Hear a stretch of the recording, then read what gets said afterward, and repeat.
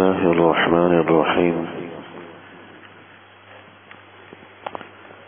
گزشتہ 25ویں تراویح کے اندر اللہ جل شانہ نے 28ویں پارے کی تلاوت کی توفیق عطا فرمائی۔ یہ 28واں پارہ چھوٹی چھوٹی کئی سورتوں پر مشتمل ہے۔ ان میں سب سے پہلی جو سورہ مبارکہ ہے جس سے 28ویں پارے کا آغاز بھی ہو رہا ہے وہ سورہ مجادلہ ہے۔ مجادلہ یہ مدنی سورتوں میں سے 3 رکوع پر مشتمل سورہ مبارکہ ہے۔ مجادلہ عربی زبان کے اندر لڑائی جھگڑے کو کہتے ہیں، آپس میں الجھنا، جھگڑا کرنا، یہ مجادلہ کے معنی میں آتا۔ اس سورہ مبارکہ کی بالکل ابتدائی آیات کے اندر اللہ جل شانہ نے ایک شرعی معاملہ جس کو زہار کہا جاتا ہے اس کا حکم بیان فرمایا۔ زہار عربی زبان میں یہ ایک خاص شرعی اصطلاح ہے۔ زہار کا مطلب ہوتا ہے کہ کسی آدمی کا اپنی بیوی کو اپنی ماں یا کسی ایسی خاتون کے ساتھ تشبیہ دے دینا جو اس پر ہمیشہ کے لیے حرام ہو، یعنی کسی کو یہ کہہ دینا، اپنی بیوی کو یہ کہہ دینا کہ تم تو میرے اوپر میری ماں جیسی ہو، میری ماں کی طرح حرام ہو۔ یہ لفظ، یہ جملہ زہار کہلاتا ہے۔ تشبیہ دینا، مشابہت، کہ تم میرے لیے میری ماں کی طرح ہو، تم میرے لیے میری بہن کی طرح ہو، تم میرے لیے میری ماں جیسی ہو، یہ الفاظ زہار کے حکم میں کہلاتے ہیں، زہار کہلاتے ہیں۔ اب زہار کا شرعی حکم یہ ہے کہ اگر اس سے کسی آدمی نے طلاق کی نیت کی ہو تو طلاق واقع ہو جاتی ہے، اور اگر طلاق کی نیت نہ ہو تو پھر زہار کا حکم ہوتا ہے، اور زہار میں پھر کفارہ ادا کیے بغیر وہ بیوی اس کے لیے حلال نہیں ہوتی، اور کفارہ اس کا یہ ہے کہ 60 روزے مسلسل اس کے رکھے جائیں۔ اس طرح کے روزہ توڑنے کا کفارہ 60 روزے مسلسل ہیں، ایسے ہی زہار کا بھی کفارہ یہی ہے کہ 60 روزے مسلسل رکھیں، اور اگر اس کی استطاعت نہ ہو تو پھر 60 مسکینوں کو کھانا کھلائیں۔ یہ حکم اللہ جل شانہ نے اس سورہ مبارکہ کے اندر بیان فرمایا۔ یہ در حقیقت ایک خاص واقعے کے پس منظر میں یہ آیات اور زہار کی تفصیلات نازل ہوئی۔ ایک خاتون تھی حضرت خولہ بنت ثعلب رضی اللہ تعالی عنہ، ان کے شوہر حضرت اوس ابن صامت رضی اللہ تعالی عنہ کے نام سے تھے جو بوڑھے تھے، اور اتفاق سے انہوں نے اپنی بیوی کو یہی جملہ کہہ دیا۔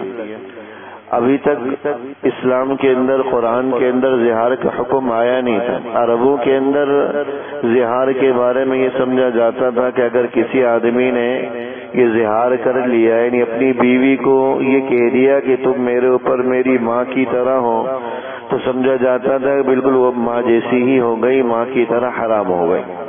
جس طرح ماں سے کسی بھی صورت میں نکاح کا کوئی امکان ہی نہیں، ایسے ہی یہ بھی ہمیشہ کے لیے حرام ہو گئی، یہ سمجھا جاتا تھا۔ اب وہ خاتون آئی حضور علیہ السلام کے پاس اور یہ مسئلہ پوچھنے لگی، اور ساتھ ساتھ بار بار تکرار سے پوچھتی تھی کہ میرا شوہر بوڑھا ہے، مجھے اس کو میری ضرورت ہے، اس حالت میں اگر آپ مجھے علیحدہ ہونے کا حکم دیں گے تو اس کا کیا بنے گا؟ بار بار الجھ رہی تھی۔ حضور فرما رہے تھے کبھی میرے پاس اس کے بارے میں کوئی حکم نہیں آیا، میرے پاس اس کے بارے میں کوئی حکم نہیں ہے۔ اس خاتون کے بار بار پوچھنے کو حضور علیہ الصلوۃ والسلام سے بار بار اس کا حکم معلوم کرنے کو اللہ جل شانہ نے مجادلہ سے تعبیر کیا۔ یہ خاتون اپنے شوہر کے حوالے سے آپ سے بحث کر رہی تھی، آپ سے الجھ رہی تھی، جھگڑا کر رہی۔ پھر اللہ جل شانہ نے یہ حکم یہاں پر بیان کیا کہ یہ ہمیشہ کے لیے حرام تو نہیں ہوتی، لیکن اس کا حکم یہ ہے کہ پہلے کفارہ دو اگر کسی نے یہ جملہ کہہ دیے۔ تو زہار کے اندر یہ ضروری ہے کہ وہ تشبیہ دے، یعنی مشابہت پیدا کرے، ایسا جملہ استعمال کرے جس کے اندر تشبیہ کا یا مشابہت کا لفظ آتا ہو، جیسے کہ یہ کہہ دینا کہ تم میرے لیے ماں کی طرح ہو یا ماں جیسی ہو۔ کسی آدمی نے صرف اپنی بیوی کو یہ کہہ دیا کہ تم میرے لیے میری ماں ہو، میری بہن ہو، یہ زہار اظہار نہیں. ماں کی طرح ہو، ماں جیسی ہو، مثل ماں کے ہو، جس کے اندر مشابہت یا تشبیہ کا جو معنی آتا ہے یہ اظہار کہلاتا ہے. اگرچہ یہ جملہ بھی جائز نہیں. کسی آدمی کا یہ کہہ دینا میری ماں میری بہن، بہت سے لوگ ہوتے ہیں اپنی بیوی کو کہتے ہیں کہ بھائی میری ماں نہ بن. اگر بیوی کسی معاملے میں نصیحت کر رہی ہو شوہر کو تو کہہ دیتے ہیں کہ میری ماں نہ بن، تو میری ماں ہو گئی کہ بھائی مجھے یہ بار بار ٹوک رہی ہے، نصیحت کر رہی ہے. یہ جملہ بھی جائز نہیں ہے، اس سے بھی منع فرمایا گیا ہے، لیکن خیر یہ اظہار نہیں. ہاں یہ کہہ دے کہ تم میری ماں کی طرح ہو، ماں جیسی ہو، یہ اظہار ہے. پھر اگر کوئی اس سے طلاق کی نیت کرے تو طلاق بھی ہو جاتی ہے. طلاق کی نیت اور ارادہ نہ ہو تو پھر زہار ہو جاتا ہے. اور زہار میں پھر حکم ہے کہ 60 روزے مسلسل رکھیں پھر وہ بیوی جا کر حلال ہوگی، اس سے پہلے وہ بیوی حلال اس پر نہیں ہوگی. اور اگر 60 روزوں کی طاقت نہ ہو تو پھر 60 مسکینوں کو 2 وقت کا کھانا کھلائیں. اس سورہ مبارکہ کے اندر جو دوسرا موضوع یا دوسرا حکم جو بیان فرمایا ہے اس کا تعلق آپس کی سرگوشیوں سے. بعض منافقین کا یہ طرز عمل تھا، یہ منافقین کا طریقہ کار تھا یہود کا، کہ جب کوئی مخلص مسلمان قریب سے گزرتا تو آپس میں سرگوشیاں شروع کر دیتے تھے، آپس میں کانا پھوسی شروع کر دیتے تھے، یہ تاثر دینے کے لیے کہ ہم ان کے خلاف کوئی منصوبہ بنا رہے ہیں، مسلمانوں کے خلاف کوئی پلاننگ کر رہے ہیں، کوئی منصوبہ بنا رہے ہیں، جس سے مسلمانوں کو تشویش ہو جاتی تھی کہ یہ واقعتاً مسلمانوں کے خلاف کوئی منصوبہ بندی تو نہیں کر رہے، کوئی جو ہے ان کو نقصان پہنچانے کے لیے کوئی تدبیر تو نہیں کر رہے. یہ آپس میں یہ حرکت کیا کرتے تھے. اللہ جل شانہ نے ان آیات کے اندر اس سرگوشیوں کا ادب بتلایا کہ 2 آدمیوں کا آپس میں اس طرح سرگوشی کرنا کہ ایک آدمی کو سنائی نہ دے یہ جائز نہیں، یا 3 آدمی ایک کو چھوڑ کر آپس میں سرگوشی شروع کر دیں، یا 4 آدمی ایک کو چھوڑ کر سرگوشی شروع کر دیں یہ جائز. اگر بہت سارے آدمی ایسے ہیں جو الگ تھلگ ہیں اور کچھ سرگوشیاں کر رہے ہیں اور 8-10 آدمی 2-4 ایسے بھی ہیں جو ان کے ساتھ موجود نہیں ہیں تو اس میں کوئی مذائقہ نہیں. لیکن ایک آدمی کو چھوڑ کر 2-3-4 آدمیوں کا آپس میں کانا پھوسی کرنا، سرگوشی کرنا، اس سے منع فرمایا تاکہ دوسرے کے ذہن میں آپ کے خلاف کوئی تشویش پیدا نہ ہو کہ یہ میرے خلاف کوئی بات تو نہیں کر رہا.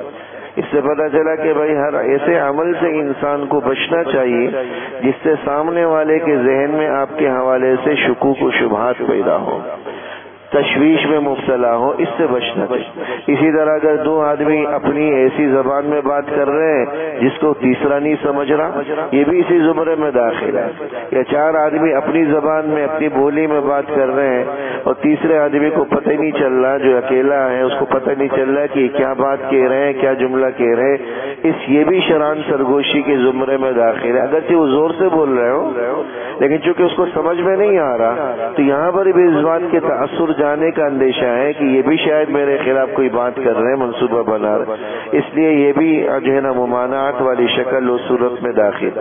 اسی سرگوشی کے ذیل میں حضور نبی اکرم صلی اللہ علیہ وسلم سے علیحدگی میں اگر کسی کو بات کرنی ہو تو اس کا بھی ادب بتلایا گیا. بعض منافقین یہاں پر بھی حرکت کر جاتے تھے کہ حضور علیہ الصلوۃ والسلام کا وقت ضائع کرنے کے لیے بس اوقات حضور کو علیحدہ لے جاتے اور لمبی گفتگو شروع کر دیتے، ایسی گفتگو جو لایانی ہوتی تھی، جس کی کوئی ضرورت ہی نہیں ہوتی تھی، نہ کوئی مقصد کی بات ہوتی تھی، اور اس کا مقصد صرف حضور کے وقت کو ضائع کرنا تھا اور مسلمانوں سے دور کرنا تھا. اس لیے سے یہ حرکت کیا کرتے. حضور علیہ الصلوۃ والسلام اپنی شفقت کی وجہ سے، رحم دلی کی وجہ سے ان کے ساتھ کھڑے رہتے اور ان کی پوری بات کو سنتے، منع نہیں کرتے تھے، ٹوکتے نہیں تھے کہ بھائی یہ تو بلا ضرورت بات. بہت سے لوگوں کی عادت ہوتی ہے جب کوئی مسئلہ پوچھنا ہو تو مسئلے کی آڑ میں ایک لمبا چوڑا واقعہ، لمبا چوڑا جو ہے نا قصہ بھی پورا بیان کر جاتے ہیں، حالانکہ اس مسئلے کے ساتھ اس کا کوئی تعلق نہیں ہوتا، کوئی تعلق نہیں ہوتا. ایک آدمی نے مسئلہ پوچھا اور مسئلہ صرف اتنا تھا کہ مکان کرائے پر دیا ہوا ہے اور کرایہ دار نے کچھ سیکورٹی ڈپوزٹ رکھوایا، اس پر زکوٰۃ ہے یعنی تو سیدھا سادہ مسئلہ پوچھ لیتے ہیں کہ بھائی کرایہ دار نے جو سیکیورٹی ڈپازٹ کے طور پر رقم رکھوائی ہے اس کی زکوٰۃ مجھ پر ہے یا اس پر؟ لیکن ان صاحب نے پوری کہانی شروع کی کہ میں نے فلاں محکمے میں جاب کی، اتنے عرصے تک جاب کی، اس کے بعد وہاں سے ریٹائر ہوا، پھر اس ادارے والوں نے مجھے فلاں جگہ ایک پلاٹ دیا، وہ عرصے تک رہا، پھر وہ پلاٹ میں نے بیچا، وہ جو رقم آئی میں نے کچھ عرصے تک اپنے پاس رکھی، پھر اس رقم سے میں نے ایک فلیٹ خریدا اور فلیٹ کو پھر میں نے کرائے پر چڑھایا، وہاں سے جو سیکیورٹی کی رقم آئی اب اس پر زکوٰۃ ہے۔ یہ تو میں نے مختصراً عرض کر دی ہے، انہوں نے ٹھیک ٹھاک آرام سے 10-15 منٹ اس مسئلے میں لگا۔ اب سیدھا سادہ مسئلہ ہے لیکن یہ کہ پوری اسٹوری اور پوری کہانی جب تک بیان نہ کریں تو چین نہیں آتی۔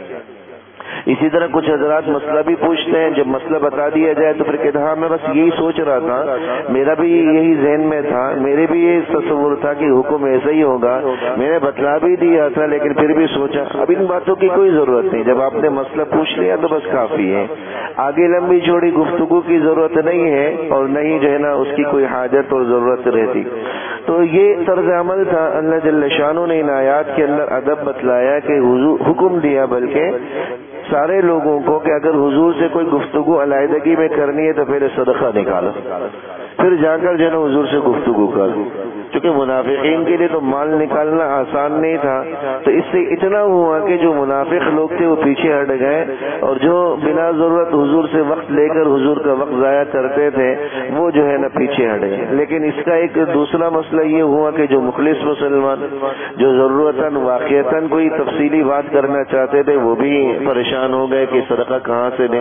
پھر اللہ جل شانہ نے اگر اس حکم کو ختم کر دیا کہ اب صدقہ دینے کی ضرورت نہیں ہے، چاہو تو بات کر لو، لیکن اتنا یہ ہوا کہ منافقین کو تنبیہ ہو گئی۔ اللہ جل شانہ نے ان آیات کے اندر اس سورہ مبارکہ کے اندر اس کا بھی حکم دیا کہ اذا ناجیتم الرسول، کہ جب تم رسول سے سرگوشیاں کرنا چاہو تو فقدموا بین یدی نجواکم صدقہ، تو سرگوشی کرنے سے پہلے یا علیحدہ وقت لینے سے پہلے صدقہ نکالو، ذالکم خیر لکم واطہر، یہ طرز عمل تمہارے لیے بہتر بھی ہے، پاکیزگی کا باعث۔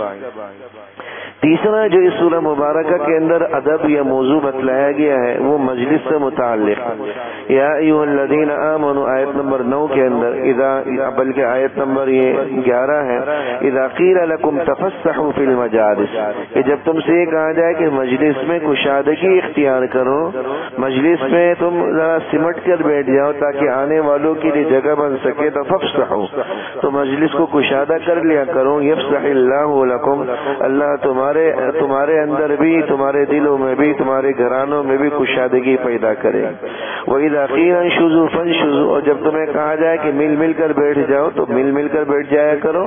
يَرْفَعُ اللَّهُ الَّذِينَ آمَنُوا مِنكُمْ، ان آیات کے نزول کا بھی واقعہ یہ ہوا کہ ایک مرتبہ حضور علیہ الصلوۃ والسلام کی مجلس چل رہی تھی، چونکہ جگہ تو تنگ ہوتی تھی، مسجد نبوی چھوٹی تھی، تو جو نوجوان حضرات صحابہ تھے وہ شروع میں ہی آ کر ساری مجلس گھیر لیتے تھے، اور جو بزرگ حضرات صحابہ ہیں بس اوقات کسی وجہ سے دیر سے آتے تو ان کو کھڑا رہنا پڑ جاتا، جگہ نہیں ملتی۔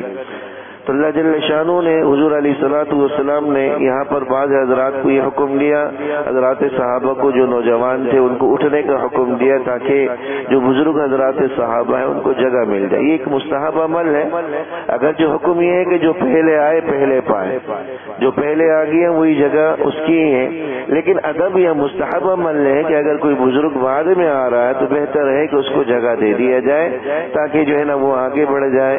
اور یہ بھی آداب میں سے ہیں، حضور علیہ الصلوۃ والسلام نے فرمایا تھا کہ لیلینی منکم اولو الاحلام والنہى، کہ میرے قریب وہ لوگ بیٹھے جو سمجھدار ہوں، جو بڑی عمر کے ہوں، سمجھدار ہوں۔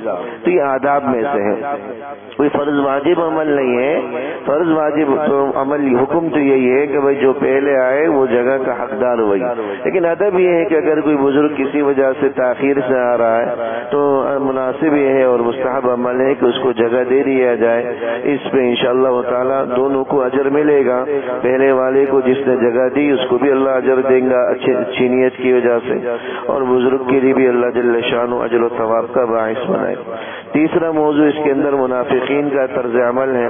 منافق منافقین کو اللہ جل شانہ نے یہاں پر حزب الشیطان سے تعبیر کیا ہے کہ یہ شیطان کا لشکر ہے. الا ان حزب الشیطان هم الخاسرون، کہ جو شیطان کا لشکر ہے یہ خسارے میں. دوسری سورہ مبارکہ یہ سورہ حشر ہے، یہ بھی مدنی سورتوں میں سے ہے. سورہ حشر کے اندر اللہ جل شانہ نے جو مدینہ منورہ کے ایک یہودیوں کا قبیلہ تھا بنو نذیر، اس سے متعلق کچھ احکام بیان کیا ہے. تو اس سورہ مبارکہ کو سورہ بنو نذیر کا نام بھی دیا جاتا ہے. سرکار دو عالم صلی اللہ علیہ وسلم جب مدینہ منورہ ہجرت فرما گئے تو وہاں یہود کے 3 بڑے قبیلے تھے، ایک بنو نذیر کے نام سے، ایک بنو قریظہ کے نام سے، اور ایک بنو قینقاع کے نام سے. آپ علیہ الصلوۃ والسلام نے ان سے معاہدات کر رکھے تھے کہ ہم آپس میں ایک دوسرے سے نہیں لڑیں گے، اگر باہر سے کوئی دشمن حملہ آور ہوا تو ہم سب مل کر جو ہے نا مدینے کا دفاع کریں. یہ ان کے ساتھ آپس میں معاہدہ تھا. اور یہ یہود ایسے چالاک تھے کہ انہوں نے معاشی اعتبار سے خود کو مضبوط کر رکھا تھا. جو مدینہ منورہ کے انصار تھے جو شروع میں مسلمان نہیں تھے، وہ سو خزرج والے، ان کو قرضے دے دے کر انہوں نے اپنے جو نا شکنجے میں رکھا ہوا تھا، ماتحتی میں رکھا ہوا تھا. یہی یہود و ہنود کا طریقہ کار ہے کہ مسلمانوں کو قرضے دے کر اپنے شکنجے میں رکھتے ہیں اور اپنے مطالبات منواتے رہتے ہیں، اور دونوں دلی کے ذریعے اپنی جو ہے نا مفادات کو مقدم رکھتے ہیں. ہر زمانے کے اندر اس قسم کے ادارے ان کے قائم، آج بھی ورلڈ بینک، IMF، اس قسم کے ادارے اسی ایجنڈے پر چلتے ہیں جو یہود و ہنود کا طریقہ یا یہود و نصارہ کا طریقہ ہے. مسلمان ممالک جو کمزور ہیں ان کو جو ہے طرح طرح کے قرضے دے دے کر، شروع میں قرضوں کی خود پیشکش ہوتی ہے، بعد میں جب ان کو عادت لگ جاتی ہے یا مسلمان اپنی نااہلی کی وجہ سے ملک کا بیڑا غرق کرنے لگ جاتے ہیں تو پھر اپنے مطالبات جبر و زبردستی کے ذریعے منواتے ہیں اور اپنے مفادات کو مقدم رکھتے ہیں. یہاں تک کہ حکومتیں تک ان کے اشاروں پر ناچ رہی ہوتی ہیں، حکومتوں کی تبدیلیاں ان کے جو ہے نا پلاننگ کے تحت ہو رہی ہوتی ہیں. اپنے ملک کی صورتحال آپ دیکھ لیں کہ کیا صورتحال ہے، IMF کے کیا معاملات ہیں، کس قسم کی جو ہے نا وہ مطالبات وہ کر رہا ہے. بس اوقات ان مطالبات کی ہوا تک بھی نہیں لگتی، ان شرائط کا پتہ بھی نہیں چلتا کہ کس طرح ہمارے حکمرانوں نے وطن کے مفادات کو قربان کر کے قرضے لیے اپنی عیاشیوں کے لیے اور اپنی جو ہے نا من پسند جو ہے وزارتوں اور اپنی حکومتوں اور اپنے اقتدار کی. تو یہ اس زمانے میں یہود کا بھی طریقہ کار تھا بنو نذیر کا. انہوں نے بھی معاشی اعتبار سے خود کو مضبوط کر کے بڑے بڑے قلعے بنا رکھے. ان کا تصور یہی تھا کہ ہمیں تو یہاں سے کوئی نکال ہی نہیں سکتا، اس لیے مشرکین کے ساتھ ساز باز کرتے رہتے تھے. تو بنو نذیر نے بھی ایسی حرکت کی کہ اندرون خانہ مشرکین کے ساتھ ساز باز کر لی.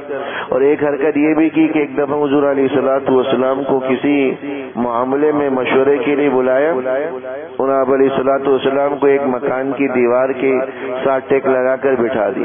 منصوبہ یہ بنایا کہ اوپر چھت پر یا مکان کی دیوار پر ایک آدمی چڑھ کر ایک بڑی سی چٹان نعوذ باللہ آپ پر لڑکا دے اور آپ کو شہید کر دے.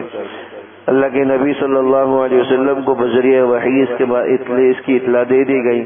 آپ علیہ الصلوۃ والسلام وہاں سے اٹھ گئے، لیکن پھر اس کا نتیجہ یہ ہوا کہ آپ ایک بڑا لشکر لے کر اس کے خلاف گئے اور پورے بنو نذیر کو جلا وطن کیے. ان کو یہاں سے جلا وطن کر کے خیبر کے قلعوں میں خیبر کی طرف دھکیل دیا گیا. پھر حضرت عمر رضی اللہ تعالیٰ عنہ کے زمانے میں، بلکہ نہیں حضور ہی کے زمانے میں، خیبر سے پھر شام کی طرف، پھر حضرت عمر کے زمانے میں شام سے بھی بے دخل کر دیا گیا. یہ اللہ جل شانہ نے بنو نذیر کے اس واقعے کو بیان کیا. اور اسی ضمن میں جو ان کی جلاوطنی سے جو زمینیں حاصل ہوئی، جو مکانات باغات حاصل ہوئے، جو مال حاصل ہوا، مال غنیمت کے احکام اور آداب بھی اللہ جل شانہ نے اس سورہ مبارکہ کے اندر بیان کیا. اسی کے ساتھ مخلص مسلمانوں کی تعریف کی، للفقراء المہاجرین الذین اخرجوا من دیارہم، کہ وہ مہاجرین، وہ فقراء صحابہ جنہیں اپنے گھروں سے نکالا گیا، اپنے مالوں سے نکالا گیا، یبتغون فضلا من اللہ ورضوانا. اللہ جل شانہ نے ان کی تعریف کرتے ہوئے فرمایا کہ یہ ایسے لوگ ہیں کہ یؤثرون علی انفسہم ولو کان بہم خصاصہ، یہ خود کو مشقت میں رکھتے ہیں لیکن دوسروں کو اپنے اوپر ترجیح دیتے ہیں. اور پھر اسی سورہ مبارکہ کے اندر اللہ جل شانہ نے منافقین کی مذمت بھی کی، ایمان والوں کو تقوی طہارت کی اختیار کرنے کی تلقین کی، یا ایھا الذین آمنوا اتقوا اللہ، اے ایمان والو تقوی اختیار کرو، ولتنظر نفس ما قدمت لغد، اپنی آخرت کی تیاری کی فکر کرو، اپنی آخرت کی تیاری کرو۔ سورہ ممتحنہ اسی پارے کی سورہ مبارکہ ہے جو 91 آیتوں پر، جو 13 آیتوں پر مشتمل ہے۔ ممتحنہ کا معنی آتا ہے امتحان لینے کے۔ اس سورت کا جو آغاز ہے، آغاز کے اندر اللہ جل شانہ نے جو آیات نازل فرمائی وہ ایک خاص واقعے کے پس منظر میں ہے۔ وہ واقعہ یہ ہوا کہ ایک صحابی حضرت حاطب ابن بلتع رضی اللہ تعالیٰ، یہ مخلص صحابی تھے، بدری صحابی تھے، غزوہ بدر میں شریک ہونے والے حضرات صحابہ کے اندر جو بدری حضرات صحابہ تھے یہ خاص صحابہ کہلاتے تھے، یعنی وہ حضرات جن کو غزوہ بدر میں شرکت کا موقع ملا، اور ان کی خصوصیت آج بھی ہے۔ علماء فرماتے ہیں کہ ان کے ناموں کے ساتھ بھی اگر کوئی دعا مانگے ان کے ناموں کو پڑھ کر تو وہ دعا بہر صورت قبول ہوتی۔ تو حضرات صحابہ کے زمانے سے ہی ان کا اعزاز و اکرام چلا آ رہا تھا۔ ان کا معاملہ یہ تھا کہ ان کے اہل و عیال مکے میں تھے، اور اتفاق سے ایک باہر کے خاندان کے تھے، مکے میں ان کا کوئی اور خاندان یا کوئی اور عزیز نہیں تھا جو ان کے اہل و عیال کی نگہداشت کر سکے، وہ مشرکین کے ہی رحم و کرم پر تھے۔ جب حضور علیہ الصلوۃ والسلام نے سن 8 ہجری کے اندر فتح مکہ کا ارادہ فرمایا تو آپ نے فتح مکے کے ارادے کو مخفی رکھا تھا، اور کسی کو پتہ ہی نہیں تھا، صرف چند گنے چنے حضرات صحابہ کو پتہ تھا کہ ہم نے مکہ کی طرف رخ کرنا ہے، مکے کو فتح کرنا ہے، کسی کو اطلاع نہیں، تاکہ مشرکین کو لا علمی میں جا لیا جائے، اور اس نیت سے لا علمی میں جا لیا جائے تاکہ حرم کے اندر جنگ کی نوبت ہی نہ آئے، چونکہ حرم کے اندر جنگ عام حالات میں منع ہے۔ صرف فتح مکے کے موقع پر اللہ جل شانہ نے آپ کو اس کی اجازت دی تھی کہ آپ وہاں جنگ کریں، لیکن عام حالات میں قتل و قتال اور اس کی ممانعت۔ لیکن حضرت حاطب ابن بلتع رضی اللہ تعالیٰ عنہ نے یہ سوچتے ہوئے کہ میری فیملی وہاں ہے، مشرکین کے رحم و کرم پر ایک خط کے ذریعے ان کو اطلاع پہنچائی، کہ خبر پہنچانے کا ارادہ کیا، اور وہ خط ایک خاتون کے حوالے کر دیا کہ وہ مکے والے کو لے جا کر دیں۔ نیت اور غرض صرف اتنی تھی کہ حضور کا لشکر تو اتنا بڑا تھا الحمدللہ کہ مکہ فتح ہونا تو یقینی ہی تھا، لیکن یہ سوچ کر کہ کم سے کم مشرکین میرے اہل و عیال کے ساتھ اچھا سلوک کریں، یہ خبر پہنچانی چاہیے۔ لیکن اللہ جل شانہ نے بذریعہ وحی جو ہے حضور علیہ السلام کو اس کی اطلاع دی، اور پھر جو ہے وہ خط جو ہے اس خاتون سے پکڑا گیا، اور بالآخر جو ہے نا وہ ان تک خبر نہیں پہنچی، اطلاع نہیں پہنچی۔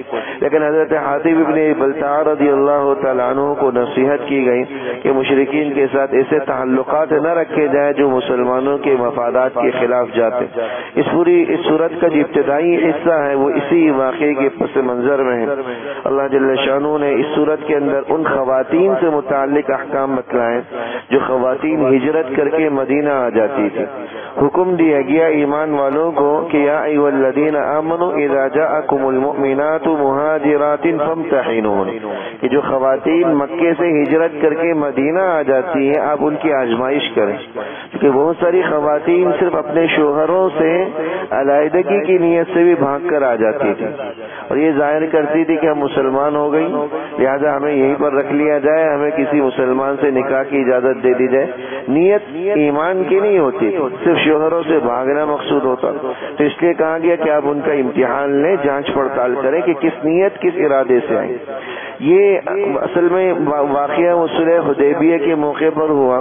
یہ صلح حدیبیہ کے موقع پر جہاں اور شرائط طے ہوئی تھی ان میں سے ایک شرط یہ بھی تھی کہ اگر مشرکین کا کوئی فرد مسلمان ہو کر مدینہ جائے تو مدینہ والے اسے واپس کریں، تو کچھ خواتین مسلمان ہو کر گئی، اور جو ہے حضور علیہ الصلوۃ والسلام اب اس میں تھے کہ اب ایک ایمان والی خاتون کسی مشرک کے تو نکاح میں ہو ہی نہیں سکتی، اب ان کو واپس کرنا شرعاً جائز ہوگا یا نہیں ہوگا۔ تو اللہ جل شانہ کی طرف سے یہ آیات نازل ہوئی کہ وہ معاملہ صرف مردوں سے متعلق، یعنی کوئی مرد مسلمان ہو کر آ جائے تو ٹھیک ہے آپ اسے واپس کر دیں، لیکن کوئی خاتون مسلمان ہو کر آ جائے اور واقعتاً وہ مسلمان ہو کر ہی آئی ہو، جانچ پڑتال کے بعد تحقیق سے پتہ چل جائے کہ مسلمان ہو کر ہی آئی ہیں تو پھر ان کو واپس کرنے سے منع فرمایا گیا۔ یہ آیات کے اندر، ان آیات کے اندر اللہ جل شانہ نے اس کا حکم دیا، اور ساتھ میں ہی اللہ تتولوا قوما غضب اللہ، ایسے لوگوں سے تعلقات سے منع فرمایا جن پر اللہ کا غضب نازل ہوا، کفار و مشرکین کے ساتھ۔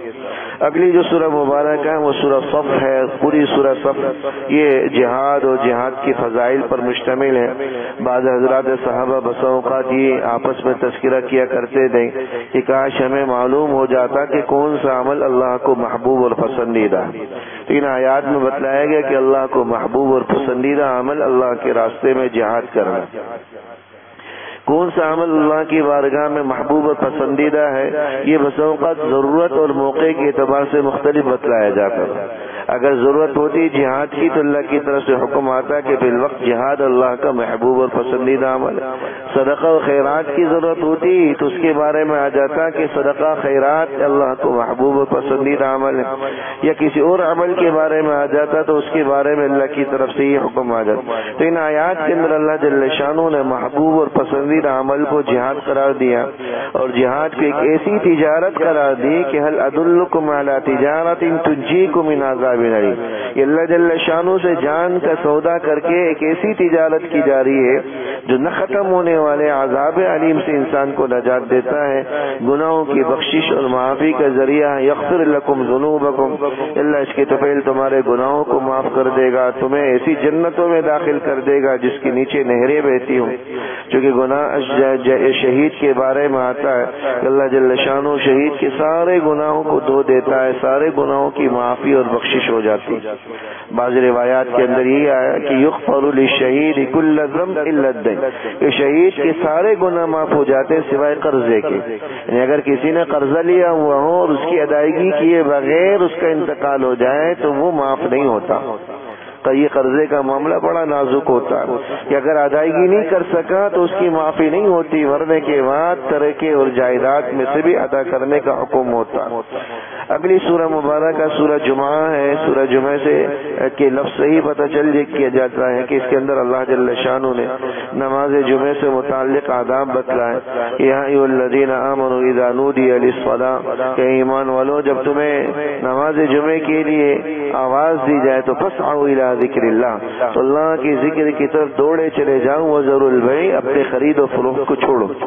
اسی سے علماء نے یہ حکم بتلایا کہ جب جمعے کی پہلی اذان ہو جائے تو اس کے بعد خرید و فروخت کرنا یہ شرعاً گناہ کے زمرے میں داخل ہے، مکروہ تحریمی ہے، گناہ ہے۔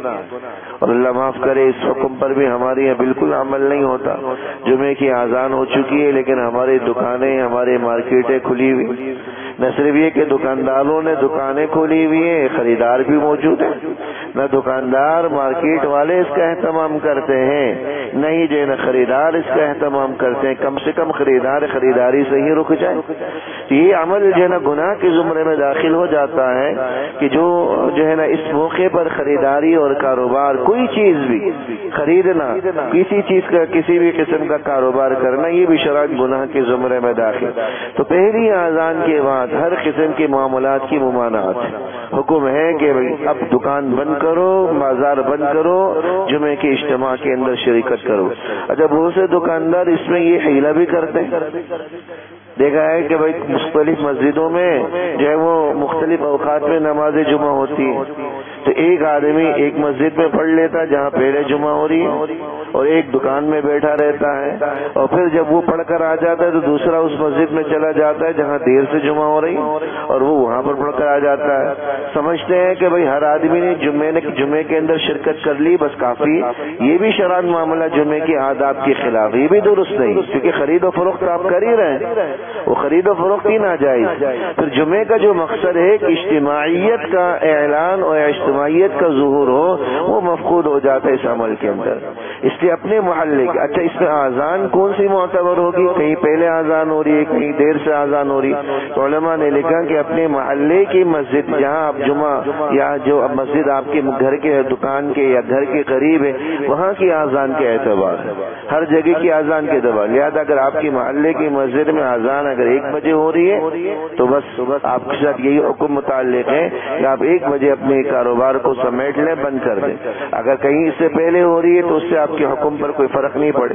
یہ آداب اللہ جل شانہ نے سورہ مبارکہ کے اندر بیان فرمایا. سورہ منافقون ہے. سورہ منافقون کے اندر اللہ جل شانہ نے منافقین ہی کا ذکر کیا ہے اور ایک خاص واقعہ اس میں بیان کیا گیا.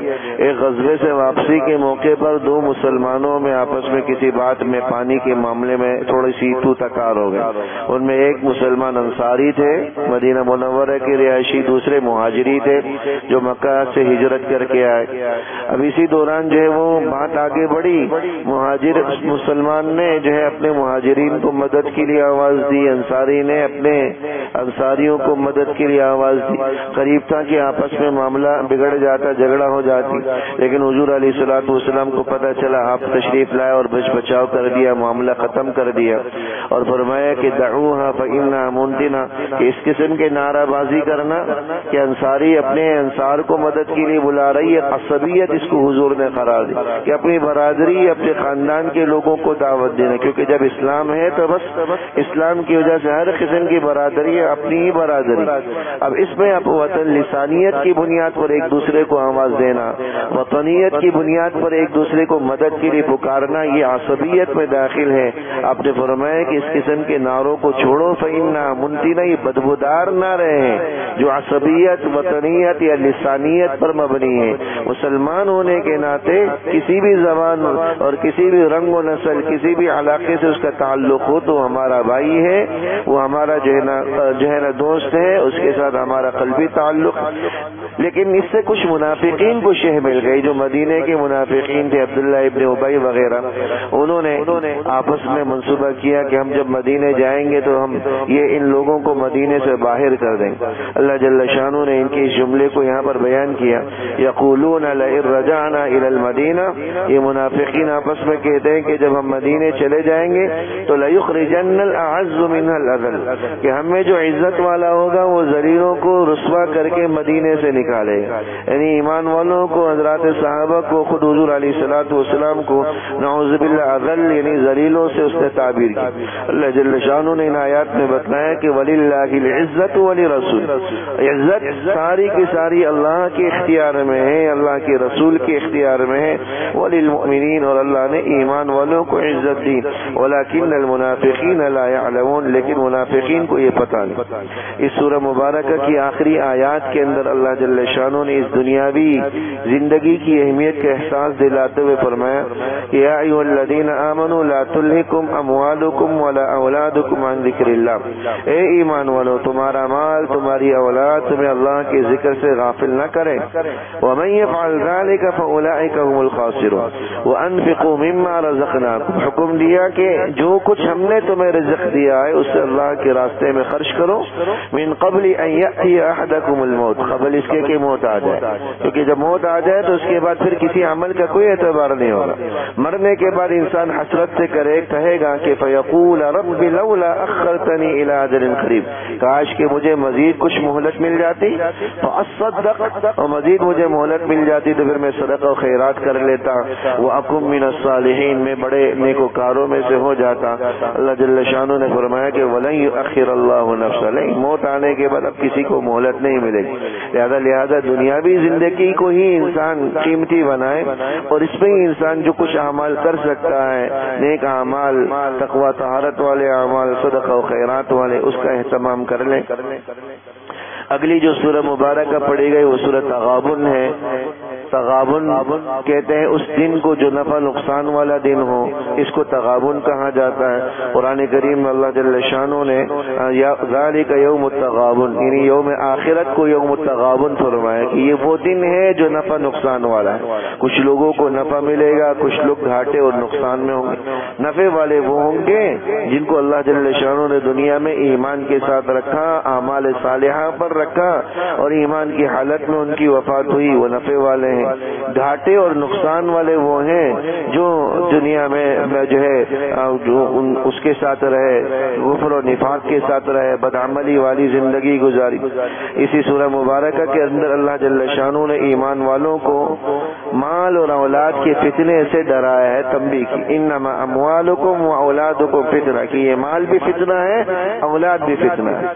کیونکہ مال ایسا فتنہ ہے کہ بس اوقات مال کی حرص اور ہوس میں انسان جائز جائز ناجائز کو، حلال و حرام کو بھول جاتا ہے، اور اس کا ایک بڑا ذریعہ خود انسان کی اپنی اولاد بنتی ہے، ان کو اچھا کھلانا، اچھا پلانا، ان کا کیریئر مستقبل اچھا بنانا، یہ وہ عوارض ہوتے ہیں جس کی وجہ سے کہ ایمان والا بس اوقات حلال و حرام کی تمیز بھلا بیٹھتا ہے، اور بس اوقات سود اور اس قسم کی جو ہے نا نحوستوں کے اندر خود کو جو ہے نا ملوث کر دیتا ہے، اس قسم کی غلاظت اور گن کا شکار ہو جاتا ہے۔ سورہ طلاق اس پارے کے اندر پڑھی گئی۔ سورہ طلاق یہ پوری سورہ مبارکہ طلاق، عدت اور عدت کے دوران نان و نفقہ اس سے متعلق احکام پر مشتمل ہے۔ طلاق کے احکام بتلائے گئے، ایک طلاق، دو طلاق۔ ایک اور دو طلاق تو وہ طلاقیں کہلاتی ہیں جو رجعی ہوتی ہیں، اس کے اندر رجوع کرنے کی اجازت ہوتی ہے، شوہر یہ کہہ دے کہ میں نے رجوع کر لیا بس کافی۔ لیکن اگر کوئی تین طلاقیں دے دے تو پھر واپسی کی کوئی صورت نہیں ہوتی اور نہیں رجوع کا کوئی آپشن ہوتا ہے، الا ہے کہ خاتون کہیں اور نکاح کر لے اور پھر وہاں سے باقاعدہ طلاق ہو، پھر سابقہ شوہر کے لیے جائز ہوتی۔ یہ طلاق کے احکام بتلائے گئے۔ اس ضمن میں عدت کے احکام ہیں، عدت کے دوران نان و نفقہ، رہائش، اس کے آداب بتلائے گئے۔ یہ دوران عدت یا عدت کا زمانہ اس خاتون پر ضروری ہے کہ اسی گھر کے اندر گزارے جس گھر کے اندر وہ شوہر کے ساتھ رہائش پذیر، خواہ وہ عدت طلاق کی عدت ہو یا وفات کی عدت ہو، وہیں گزارنا شرعاً لازم اور ضروری ہے، بلا کسی شرعی مجبوری کے وہاں سے منتقل ہونا یا اس جگہ کو چھوڑ دینا، دوسری جگہ منتقل ہو جانا، یہ شرعاً جائز نہیں۔ اور طلاق کی عدت کے دوران شوہر پر لازم ہے کہ اس کا نان و نفقہ پورا اٹھائے، اور اگر کوئی خاتون امید سے ہے تو ایسی صورت میں اس کی جو ہے نا جو عدت ہے وہ وضع حمل ہے، ولادت ہے، اور اس پورے دورانیے کا نان و نفقہ شوہر کے ذمہ میں ہے، نہ صرف نان و نفقہ بلکہ اس کی رہائش اور سکنا کا بندوبست کرنا بھی شوہر کے ذمہ میں۔ یہ پورے آداب اس سورہ مبارکہ کے اندر بتلائے گئے۔ اگلی جو سورہ مبارکہ ہے اور آخری سورت ہے وہ سورہ تحریم ہے۔ تحریم کا معنی آتا ہے کسی چیز کو اپنے اوپر حرام قرار دینا۔ اس سورت کی ابتدائی آیات ایک خاص واقعے کے پس منظر میں نازل ہوئی۔ وہ واقعہ یہ ہوا کہ حضور علیہ الصلوۃ والسلام عموماً معمول یہ تھا کہ عصر سے مغرب تک کا جو دورانیہ ہے ساری ازواج مطہرات کے پاس تھوڑا تھوڑا وقت گزارا کرتے تھے اور سب ازواج مطہرات کو وقت دیا کرتے۔ تو بعض ازواج مطہرات کچھ کھانے کی چیز پیش کر دیا کرتی تھی۔ ایک زوجہ مطہرہ حضرت زینب رضی اللہ تعالیٰ حضور کو شہد اور پانی ملا کر پیش کیا کرتی، آپ کو شہد بڑا پسند تھا تو بس اوقات وہاں کھانے پینے میں تھوڑا وقت زیادہ لگ جاتا تھا۔ تو کچھ دیگر ازواج مطہرات کو یہ بات ناگوار گزری، دل میں آئی کہ وہاں حضور وقت زیادہ لگا لیتے ہیں ہمارے پاس، یہ صرف حضور کی محبت کی وجہ سے تھا کہ ہمارے ساتھ بھی وقت زیادہ بتائیں۔ تو انہوں نے یہ منصوبہ بنایا کہ جب حضور آئیں گے تو ہم عرض کریں گے کہ آپ کے منہ سے شہد کے بجائے مغافیر کی بو آ رہی۔ مغافیر دیکھا ہوگا درختوں سے خاص قسم کا سفید مادہ نکلتا ہے، دیکھنے میں وہ شہری کی طرح ہے لیکن اس کے اندر بو ہوتی ہے۔ تو یہ ذہن بنا دیا کہ بھائی ہم یہ کہہ دیں گے کہ آپ نے شہد نہیں پیا، وہ مغافیر پی ہے، وہ چیز پی، تاکہ حضور چونکہ بدبو سے آپ کو نفرت تھی تو حضور علیہ الصلوۃ والسلام وہاں شہد پینا چھوڑ دیں اور وقت وہاں پر کم بتائیں، ہمارے پاس زیادہ بتائیں۔ حضور علیہ الصلوۃ والسلام کو ایک دو زوجہ مطہرہ نے یہ بات کہہ دی، آپ نے قسم کھا لی کہ آئندہ کے لیے میں شہد نہیں پیوں گا، ان کے پاس کبھی شہد نہیں پیوں، لیکن ساتھ ساتھ یہ کہہ دیا کہ ذرا زینب کو بتانا نہیں کہ میں نے یہ قسم کھائی، تاکہ ان کی بھی دل شکنی نہ ہو۔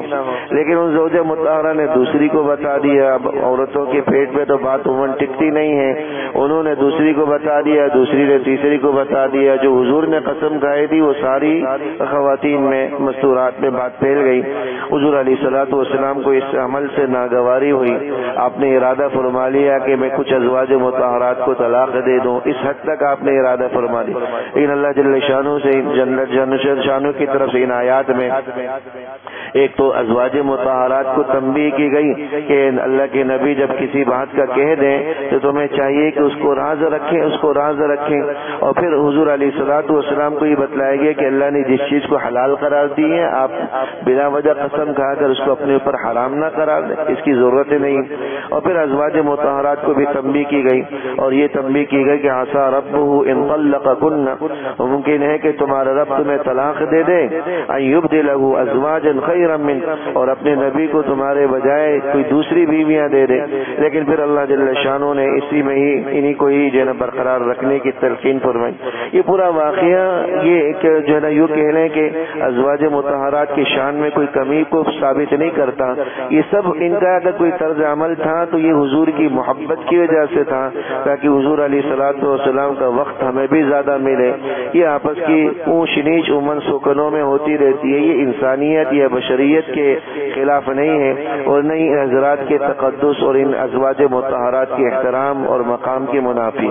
تو اس سے کسی زوجہ مطہرہ کے حوالے سے دل میں کسی بات کا آ جانا یہ ہمارے لیے مناسب نہیں ہے۔ یہ حضور علیہ الصلوۃ والسلام اور آپ کی بیویوں کے معاملات ہیں۔ آپ علیہ الصلوۃ والسلام عموماً اپنی ازواج مطہرات کے ناز و نخرے اٹھایا کرتے تھے، اور شوہروں کو اسی سے یہی تلقین کی اپنی بیویوں کے ناز و نخرے اٹھاؤ، کہ جس خاتون نے اپنا وقت، اپنی زندگی، اپنا سب کچھ تمہارے لیے قربان کر دیا، اپنے والدین کو چھوڑا، اپنے گھر بار کو چھوڑا، اور یہاں تک کہ تمہاری اولاد کی نگہداشت میں اس نے اپنی پوری زندگی بتا دی، اس کا تو اتنا حق ہے کہ کم سے کم اس کے ناز و نخرے اٹھاؤ، اور اس کے جو نخروں کو برداشت کرتے ہوئے اس کو احترام دو، اس کو شریک حیات جانو، اس کو ملازمین کی طرح، ماتحتوں کی طرح اس کے ساتھ برتاؤ اور رویہ نہ رکھو۔ حضور علیہ الصلوۃ والسلام نے فرمایا تھا کہ خیرکم خیرکم لأہلہ، تم میں بہترین وہ ہے جو اپنے گھر والوں کے ساتھ بہترین، اور ہم کہتے ہیں کہ بھائی بہتر آدمی وہ ہے جو لوگوں کے ساتھ اچھا معاملہ کرے، بھلے گھر والوں کے ساتھ اس کا رویہ کتنا ہی برا کیوں نہ ہو۔ ایسا آدمی بدترین ہے، بہترین نہیں ہے۔ بہترین وہ ہے جو گھر والوں کے ساتھ بہترین ہو، جن کا رویہ اخلاق اپنے گھر والوں کے ساتھ بہتر ہو۔ ڈاکٹر عبدالحی عارفی صاحب رحمہ اللہ ایک بزرگ گزرے ہیں، حکیم الامت مولانا اشرف علی تھانوی رحمہ اللہ کے خلیفہ، وہ فرماتے تھے کہ بھئی تم لوگ کرامت یہ سمجھتے ہو کہ ایک آدمی اپنی ایک نماز مدینے میں پڑھ لے، ایک جو ہے نا حرم میں پڑھ لے۔ کرامت یہ ہے کہ آج ہماری شادی کو 55 برس گزرے، لیکن اللہ کی فضل و کرم سے کبھی بیوی سے اونچی آواز میں بات کرنے کی نوبت نہیں ہے۔ یہ اصل کرامت، ایک ہی گھر میں رہتے ہیں لیکن کبھی جو ہے نا وہ ترش روی کے ساتھ یا کبھی سخت الفاظ کے ساتھ، کبھی سخت لہجہ اختیار کرتے ہوئے بات کرنے کی نوبت نہیں۔ یہ اصل کرامت ہے کہ ہم انسان ایک جیتی جاگتی زندگی میں رہے، لیکن مکمل آداب اور جو ہے نا ان حقوق کی رعایت کا اہتمام کرتے ہوئے رہے۔ اس سے بڑھ کر کوئی سنت نہیں ہو سکتی، اس سے بڑھ کر کوئی کرامت نہیں ہو سکتی۔ اللہ جل شانہ عمل کرنے کی توفیق عطا فرمائے۔ ربنا تقبل منا انك انت السميع العليم وتب علينا انك انت التواب الرحيم، وصلى الله تعالى على خير خلقه محمد وآله وصحبه اجمعين، آمين۔